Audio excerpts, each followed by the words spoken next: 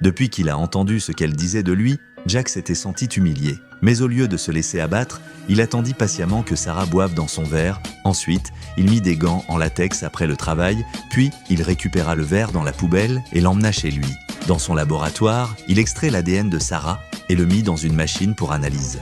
Sarah se réveilla alors dans un monde inconnu, habillée en poupée Barbie, sans personne autour d'elle. Confuse, elle essaya de se rappeler comment elle est arrivée ici, mais sans succès. En explorant l'endroit, elle fut surprise de voir qu'elle était dans un vaisseau spatial au milieu de la galaxie. Entendant des bruits derrière une porte, elle s'avança pour voir d'où ça venait. À sa grande surprise, plusieurs personnes étaient déjà à l'intérieur. Ces derniers lui demandaient de se calmer pour lui expliquer toute la vérité de ce qui lui arrive. Il se trouvait que Jack était développeur de génie, il était responsable du développement d'un jeu dont il avait une copie modifiée. À l'intérieur du jeu, il était le chef incontesté. Personne ne pouvait enfreindre ses ordres. Quand Sarah se montra récalcitrante d'un seul geste, Jack fit disparaître son visage, la privant ainsi d'oxygène. Elle venait de comprendre qu'elle était coincée avec ce cinglé pour l'éternité.